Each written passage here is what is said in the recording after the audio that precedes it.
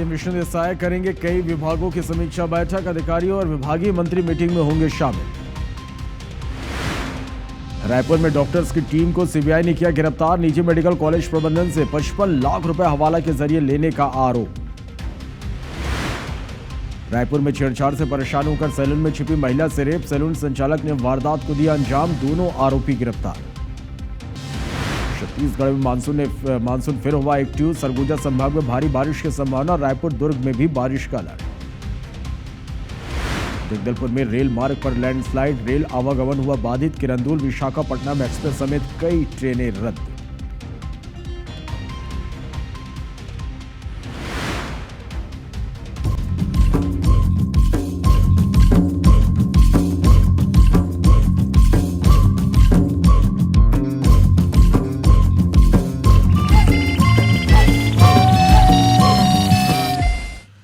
नमस्कार, good morning. Chhattisgarh में स्वागत है आप सभी का। आप देख रहे हैं Abyss 24। मैं हूं आपके साथ श्रवण तंबोले। बुलेटिन की शुरुआत करते हैं बड़ी खबर के साथ। रायपुर से बड़ी खबर, जहां हिस्ट्री शीटर तोमर और उसके साथियों के खिलाफ एक और एफआईआर दर्ज कर ली गई है। कारोबारी गजानंद सिंह ने एफआईआर दर्ज कराई है। 20 लाख के एवज में 50,51,000 वसूलने का आरोप लगाया। जमीन के दस्तावेज समेत गहने तक वसूल लिए। आरोपी रोहित तोमर, दिव्यांश तोमर, 2 कलेक्शन एजेंट पर एफआईआर दर्ज की गई है। 2 थानों में कुल अब 6 एफआईआर दर्ज हो चुकी है। सभी आरोपी लेकिन अब तक फरार हैं। पुरानी बस्ती थाना इलाके का यह पूरा मामला है। तो यह बड़ी खबर आप तक पहुंचा है रायपुर से, जहां हिस्ट्री शीटर तोमर और उसके साथियों के खिलाफ एक और एफआईआर दर्ज की गई है। कारोबारी गजानंद सिंह ने यह एफआईआर दर्ज कराई है। 20 लाख के एवज में 50,51,000 वसूलने का आरोप है। जमीन के दस्तावेज, गहने तक आरोपियों ने वसूल लिए। आरोपी रोहित तोमर, दिव्यांश तोमर, 2 कलेक्शन एजेंट पर एफआईआर दर्ज की गई है।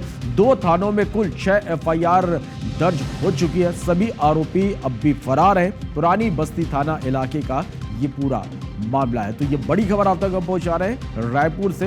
हिस्ट्री शीटर तोमर और उसके साथियों के खिलाफ अब तक 6 एफआईआर दर्ज हो चुकी है। 5 एफआईआर पहले दर्ज थी, अब एक और एफआईआर उन पर दर्ज हुई है। आरोपी गजानंद सिंह, कारोबारी जो गजानंद सिंह है, तो उन्होंने आरोपी के खिलाफ एक और एफआईआर दर्ज कराई है और ये आरोप लगाया कि 20 लाख के एवज में 50,51,000 वसूले। स्टार जैन हमारे संवाददाता ज्यादा जानकारी के साथ फोन लाइन पर जुड़े। स्टार, हिस्ट्री शीटर तोमर बंधुओं के खिलाफ लगातार एफआईआर दर्ज, यानी 6 एफआईआर अब तक दर्ज हो चुकी है। लेकिन बड़ा सवाल तो स्टार यही है कि आखिर फरार आरोपियों की गिरफ्तारी कब होगी?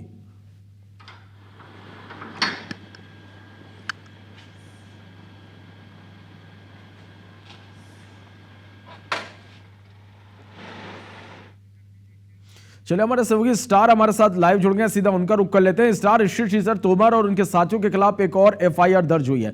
सबसे बड़ा सवाल यह है कि 6 एफआईआर दर्ज हो गई है, लेकिन अब तक फरार आरोपियों के बारे में कोई जानकारी नहीं मिल पा रही है। कोई गिरफ्तारी अब तक इस मामले में नहीं हुई है।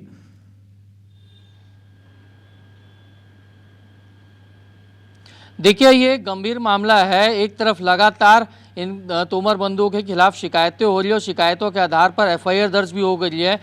2 थानों में 6 एफआईआर दर्ज हो गई है, लेकिन उसके बावजूद ये दोनों आरोपी अब तक फरार हैं। इसमें कहीं ना कहीं पुलिस के एक्शन पे भी सवाल उठ रहे हैं, क्योंकि एक तरफ यदि हम देखा जाए दूसरे शहर में क्राइम होते हैं तो उसमें पुलिस आरोपियों को तत्काल गिरफ्तार कर लेती है, उसमें अपनी वाहवाही लूटती है कि वो कामयाब हुए आरोपियों को गिरफ्तार करने में।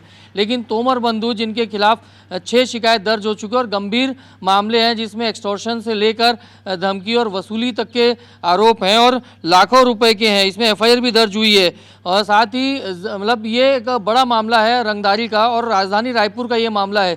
उसके बावजूद उनकी गिरफ्तारी उनको नहीं होना अब तक ये कई सवाल खड़े करता है, क्योंकि एक तरफ एक के बाद एक मामले सामने आते जा रहे हैं। तो इससे मतलब ये है कि ये जो इनकी असर था, इनके जो पीड़ित लोग हैं उनकी संख्या और ज़्यादा हो सकती है और आने वाले समय में और भी ज़्यादा एफआईआर देखने को मिल सकती है। लेकिन सवाल सबसे बड़ा ये है कि आखिर ये अभी तक गिरफ्त से बाहर क्यों है? क्या पुलिस का कुछ पुलिस के अधिकारियों का इन पे संरक्षण है या फिर जो भी है? लेकिन यदि सवाल यही हो रहे हैं कि एफआईआर दर्ज हो रही है तो इनको क्यों नहीं पुलिस अब तक पकड़ पा रही है? इनके सहयोगियों को कुछ पकड़ी है, लेकिन उनसे पूछताछ के आधार पर इनके इनपुट मिल सकते थे। तो कई सवाल सामने आ रहे हैं। निश्चित रूप से कई सवाल यहीं पर उठ रहे हैं। स्टार की लगातार एफआईआर दर्ज अब इन पर हुए हैं, लेकिन अब तक इनकी गिरफ्तारी नहीं हो पाई। बहुत शुक्रिया आपका बड़ा सर जुड़ने के लिए और इस तमाम जानकारी के लिए। तो वहीं इस पूरे मामले पर पुलिस का क्या कहना है, आपको सुनवाते हैं।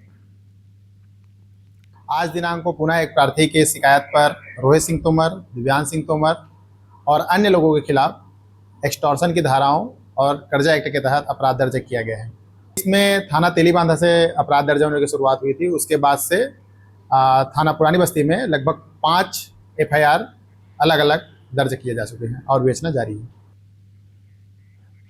चलिए बढ़ते आगे। इस बीच एक बड़ी खबर है रायपुर से, जहां सैलून दुकान में महिला से रेप का मामला सामने आया। सैलून संचालक ने दुकान के अंदर महिला के साथ रेप किया। एक अन्य युवा के छेड़छाड़ से परेशान होकर सैलून में महिला छिपी हुई थी। पुलिस ने दोनों आरोपियों को गिरफ्तार कर लिया। सिलतरा चौकी इलाके का ये पूरा मामला है। तो रायपुर से बड़ी खबर है, सैलून दुकान में महिला के साथ रेप का मामला सामने आया। सैलून संचालक ने दुकान के अंदर रेप किया। एक अन्य युवा के छेड़छाड़ से परेशान होकर सैलून में महिला छिपी हुई थी। पुलिस ने दोनों आरोपियों को गिरफ्तार कर लिया है। नवा रायपुर स्थित श्री रावतपुरा सरकार मेडिकल कॉलेज के पक्ष में रिपोर्ट बनाने के मामले में राष्ट्रीय चिकित्सा आयोग की टीम ने हवाला के जरिए 55 लाख रुपए की रिश्वत ली थी। सीबीआई ने मंगलवार को 3 डॉक्टर समेत 6 लोगों को गिरफ्तार किया। साथ ही मेडिकल कॉलेज की मान्यता भी 1 साल के लिए रद्द कर दी गई। मेडिकल काउंसिल ऑफ इंडिया की टीम के 3 डॉक्टर्स, मेडिकल कॉलेज के डायरेक्टर और 2 अन्य सहित 6 आरोपियों को रायपुर की विशेष अदालत ने 5 दिन के सीबीआई रिमांड पर दे दिया। देश भर में मेडिकल कॉलेज को मान्यता देने के लिए गठित मेडिकल काउंसिल के निरीक्षण टीम के रिश्वत लेने के इनपुट के आधार पर सीबीआई ने बुधवार को छत्तीसगढ़, मध्य प्रदेश, कर्नाटक, राजस्थान, दिल्ली और उत्तर प्रदेश के 40 स्थानों पर रेड की थी। इस आधार पर रायपुर में आई टीम के 3 सदस्य, जिनमें doctor Manjuppa CN, doctor Chaitra SM, doctor Ashok Shekhale, college के निदेशक अतुल कुमार तिवारी, सतीश और रविचंद्र को गिरफ्तार किया गया था, जिन्हें सीबीआई की विशेष अदालत में पेश किया गया। दोनों पक्षों की बात सुनने के बाद कोर्ट ने 5 दिन यानी 7 जुलाई तक सीबीआई रिमांड पर सौंप दिया है। डॉक्टरों को स्वास्थ्य मंत्रालय द्वारा नियुक्त किया गया था जांच कमेटी के रूप में। उनके साथ ये कॉलेज के प्रबंधन कमेटी के कोई लोग मिलकर 55 लाख की रिश्वत दिए हैं ताकि उनके फेवर में रिपोर्ट बन सके। ऐसा किया गया और ऐसा ही करीब 10 कॉलेजेस के नाम मतलब है अलग अलग शहर के। इन्होंने अपने रिमांड में डॉक्टर सतीश के खिलाफ बनाया था, लेकिन ये पकड़ के लेके आ गए किसी सतीश एक को, तो हमने वो ऑब्जेक्शन रेज किया जिस पे ऑर्डर होना है। इन्होंने पुलिस कस्टडी मांगी थी 5 दिन की। हमने पुलिस कस्टडी का विरोध किया क्योंकि जिस आधार पर और जिन तथ्यों के आधार पर इनको एलिगेट किया गया और गिरफ्तार किया गया, और अपने इन्होंने रिमांड पत्र में भी लिखा हुआ है कि हम इनको गिरफ्तार करने के बाद फर्दर इन्वेस्टिगेशन करेंगे। अभी सीबीआई के पास ऐसे कोई तथ्य नहीं है, कोई प्रमाण नहीं है, उसके बावजूद भी इनको एक षड्यंत्र के तहत जो है गिरफ्तार किया गया। मरवाई में एमपी की ईओडब्ल्यू की टीम ने कोयला व्यापारी जफर शेख को गिरफ्तार किया। जफर शेख पर फर्जी कागज पर करोड़ों रुपए का कोयला बेचने का आरोप है। जानकारी के मुताबिक 30 जून को भोपाल में बोगस बिलिंग का मामला दर्ज हुआ था, जिसमें मुख्य आरोपी विनोद सहाय की फर्म से शेख जफर कोयले का व्यवसाय करते हैं। शेख जफर कई कंपनियों और फर्जी बिल देता था और उस बिल देने के लिए राजा सरावगी, अशोक चतुर्वेदी और राजेश कोटवानी से कोयला लेना दिखाता था। इस मामले में झारखंड के रांची से मुख्य आरोपी वीडी सहाय की गिरफ्तारी हो चुकी है। मध्य प्रदेश की ईओडब्ल्यू के 7 सदस्यीय टीम मरवाही पहुंची और शेख जफर को उनके घर से गिरफ्तार कर अपने साथ भोपाल लेकर गई। वहीं मामले में मध्य प्रदेश और छत्तीसगढ़ के कई बड़े कोयला व्यापारियों के नाम भी सामने आ सकते हैं।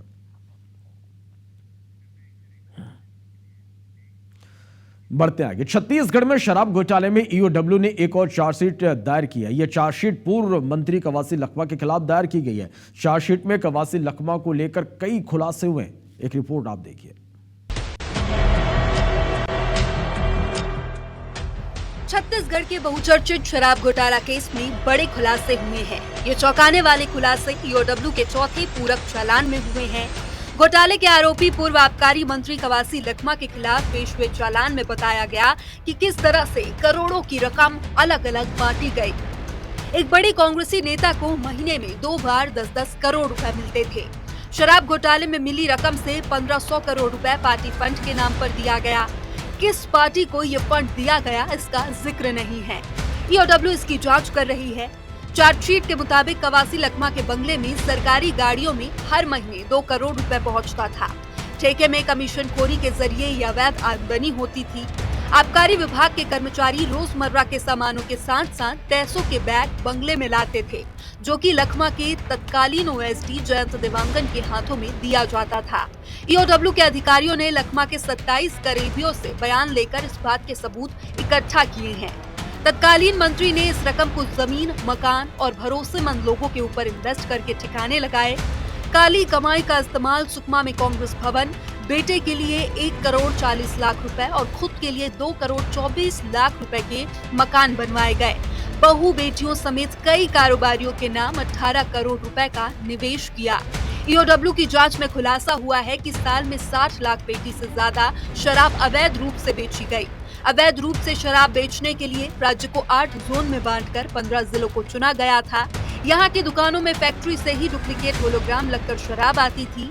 इसके एवज में कारोबारी सिद्धार्थ सिंघानिया की सुमित फैसिलिटीज कंपनी की ओर से 8 पैसा प्रति होलोग्राम कमीशन लिया जाता था। शराब घोटाले का पैसा कलेक्ट करने के लिए एक अलग टीम काम करती थी। बाद में प्लेसमेंट कंपनी के जरिए पैसों का कलेक्शन होने लगा। घोटाले का पैसा हवाला के जरिए दिल्ली, मुंबई और कोलकाता भेजा गया। इसमें कारोबारी सुमित मालू और रवि बजाज शामिल थे। फिलहाल ईओडब्ल्यू की जांच अभी जारी है और आगे भी पूरक चालान पेश कर सकती है। तहसीन जैदी, IBC 24, रायपुर। बढ़ते हैं आगे। कांकेर के जिस जंगलवार कॉलेज में देश भर के जवान ट्रेनिंग करने आते हैं, अब वहां जवानों के साथ बंदर भी ट्रेनिंग करने आने लगे हैं। इसका एक वीडियो आपको दिखाते हैं जिसमें बंदर जवानों की तरह दौड़ते, रस्सी पर चढ़ते और उतरते दिखाई दे रहे हैं। ये बताया जा रहा है कि जंगलवार कॉलेज में रोजाना काफी संख्या में बंदर आते हैं और जवानों को ट्रेनिंग करता देख उनकी नकल करते हैं। आप भी तस्वीरें देखिए। तो कांकेर से ये तस्वीरें, जंगलवार कॉलेज में देश भर के जवान ट्रेनिंग करने आते हैं। अब जवानों के साथ यहां पर बंदर भी ट्रेनिंग करते हुए नजर आ रहे हैं। इसका एक वीडियो वायरल हो रहा।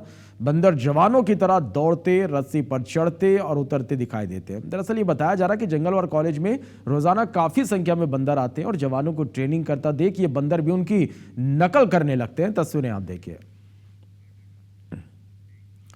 रायगढ़ शहर में लगातार हो रही बारिश ने शहर की सफाई व्यवस्था की पोल खोलकर रख दी है। निचले वार्डों में जहां पानी भर गया है तो वहीं गली मोहल्लों में कई घरों में पानी भर जाने से लोग परेशान हैं। शहर के गुजराती पारा, पैठू डबरी, मोदी नगर, संजय मार्केट, रामनिवास चौक जैसे इलाकों में घरों में पानी घुस जाने से लोग परेशान हैं। वहीं सक्ती जिले के नगर पंचायत चंद्रपुर में बारिश ने पोल खोल दी है। यहाँ बारिश के कारण नगर पंचायत क्षेत्र की गलियों में पानी भर गया है, जिससे स्थानीय लोगों को भारी परेशानियों का सामना करना पड़ा।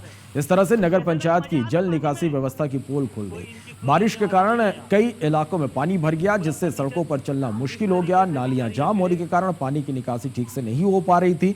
नगर पंचायत के वार्ड नंबर 9 में तो पानी घरों और दुकानों में भी घुस गया, जिससे लोगों को परेशानियों का सामना करना पड़ रहा है। उनका बेड वेड सब पूरा इतने लंबे हाइटेड है, उसके बाद उनको घुटना। कांकेर जेल के महिला प्रहरी और कर्मचारियों ने सहायक जेल अधीक्षक पर प्रताड़ना का आरोप लगाया और कलेक्टर से इसके लिखित में शिकायत की। इस शिकायत में सहायक जेल आयुक्त रेणु ध्रुव पर कई संगीन आरोप लगाए गए। इसके साथ ही पति पर भी आरोप लगाए। कैदियों के परिवार वालों से रकम लेकर उनसे मुलाकात, खाने की सामग्री और फोन उपलब्ध कराने का भी आरोप लगाया। हालांकि जेल प्रबंधन ने इस मामले में कुछ भी बोलने से इनकार कर दिया, लेकिन जिला प्रशासन ने जांच की बात कही है। एक शिकायत हमको प्राप्त हुई है जेल के संबंध में, तो उसमें हम लोग नियमानुसार जांच करेंगे। क्योंकि विषय अभी मैंने सारे आवेदन का अध्ययन नहीं किया है, तो एक बार रूटीन हमारी जांच की कार्रवाई होती है, तो उसमें हम एक बार जांच करेंगे। केंद्र सरकार ने देश भर में करीब 3.5 करोड़ रोजगार के अवसर सृजित करने के लिए रोजगार से जुड़ी प्रोत्साहन योजना लॉन्च की, जिसके मुताबिक पहली बार नौकरी करने वालों को 15,000 रुपए की प्रोत्साहन राशि सरकार देगी। वहीं उन्हें नौकरी देने वाली संस्थाओं को 2 साल तक 3,000 रुपए प्रति माह प्रोत्साहन राशि दी जाएगी। केंद्र सरकार ने निर्माण क्षेत्र के प्रोत्साहन पर भी फोकस किया और इस सेक्टर को भी 2 साल का विस्तारित लाभ दिया जाएगा। रायपुर क्षेत्रीय भविष्य निधि आयुक्त गौरव गोडर ने बताया कि इसमें पंजीयन कराकर सरकार की योजना से लाभ प्राप्त कर सकते हैं। देखिए, इस स्कीम का ये प्रधानमंत्री एम्प्लॉयमेंट एंड स्किलिंग का पैकेज आया था, जो कि बजट 2024-25 में अनाउंस हुआ था, इस पे एक स्कीम थी एम्प्लॉयमेंट लिंक इंसेंटिव की, जिसको अभी कैबिनेट ने अप्रूवल दिया है, जिसमें लगभग 99,800 करोड़ रुपए का बजट आउटले है। अब इस स्कीम में 2 बेनिफिट्स प्राइमरली दिए जा रहे हैं। पहली बात,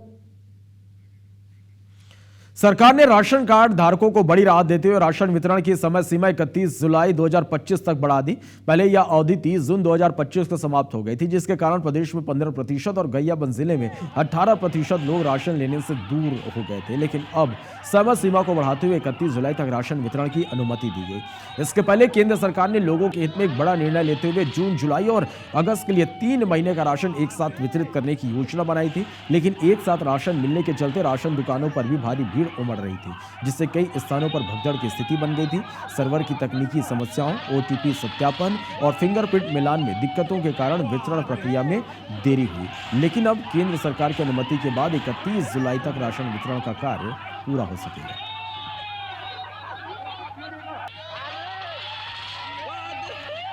जून, जुलाई और अगस्त 3 महीने का एक साथ वितरण किया जा रहा था और वितरण में कुछ समय भी लग रहा था, जिसकी जानकारी जो है शासन के द्वारा केंद्र शासन को दिया गया था कि इन परिस्थितियों में संपूर्ण हितग्राहियों को वितरण किया जाना संभव नहीं है और वितरण की तिथि बढ़ाई जाए।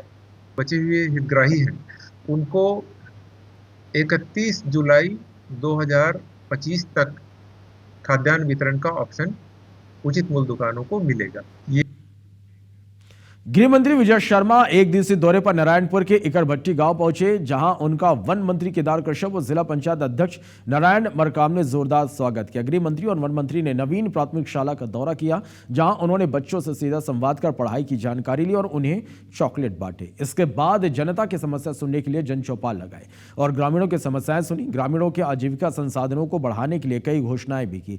अबूझमाड़ में उगने वाले पारंपरिक चावल और अन्य फसलों को प्रोसेस कर अबूझमाड़ ब्रांड की स्थापना करने की घोषणा की।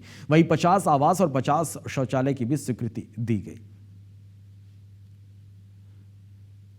देवपुरी के तालाब, गली पूरा मांग कर बस की मांग कर रहा है, पूरा वो धान कुटने का मशीन भी मांग कर रहा है, पूरा मांग कर रहा है सर। महिला स्व सहायता समूह का गठन हो चुका है, उसी के माध्यम से माड़ ब्रांड ऐसा चावल, अबूझमाड़ ब्रांड ऐसा चावल, मैं सोचता हूं कि हमारे SRLM NRLM के माध्यम से पूरे भारतवर्ष में और भारत से भी बाहर इरगभट्टी का चावल जाया करेगा और उसके माध्यम से अच्छी आय यहाँ पर लोगों को हो पाएगी। सुकमा में कांग्रेस भवन अटैच होने के बाद कांग्रेस अब एक्शन मोड में है। छत्तीसगढ़ में कांग्रेस की संपत्तियों की जानकारी लेने कांग्रेस के परिसंपत्ति प्रभारी नितिन कुंबलकर 5 दिवसीय दौरे पर आ रहे हैं। दीपक बैज का कहना है कि कांग्रेस की संपत्तियों पर सवाल उठाकर भाजपा कांग्रेस को बदनाम करना चाहती है। वहीं कैबिनेट मंत्री श्यामबिहारी जायसवाल ने कहा कि कांग्रेस अपनी गड़बड़ियां सुधार रही है।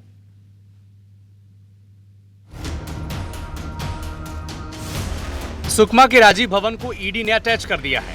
इसके बाद कांग्रेस छत्तीसगढ़ में अपनी सभी संपत्तियों का हिसाब किताब ठीक कर रही है। इसके तहत कांग्रेस के परिसंपत्ति प्रभारी नितिन कुंबलकर 5 दिवसीय दौरे पर आ रहे हैं। वे 11 जुलाई से 15 जुलाई तक प्रदेश के सभी जिलों में जाकर कांग्रेस की संपत्ति और भवन का पूरा डिटेल इकट्ठा करेंगे, ताकि सुकमा के राजीव भवन जैसी हालात न बन पाए।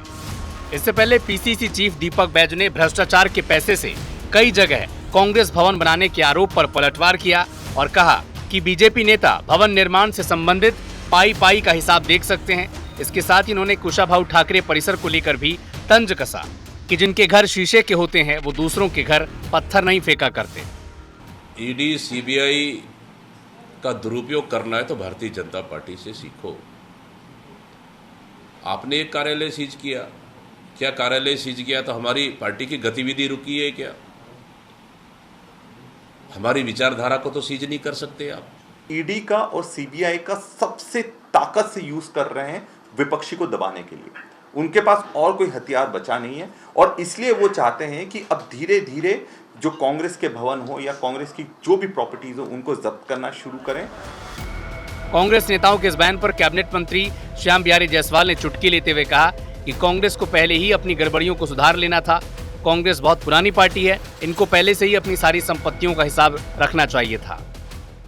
कानून बराबर है, अगर कोई गलत तरीके से धन अर्जन करके गलत तरीके से पैसे लगाकर कोई भी कार्यालय, ऑफिस या संपत्ति बनाएगा तो ईडी और सीबीआई ये सारे संवैधानिक जांच संस्थाएं हैं, वो उनको पूरा अधिकार है, निश्चित रूप से इस पर जांच होगा। और कांग्रेस जो अभी असेसमेंट करा रही है इनको पहले कराना चाहिए। माना जा रहा है कि सुकमा के राजीव भवन के मामले के बाद कांग्रेस ने अपनी संपत्ति का मामला ठीक ठाक कर लिया है।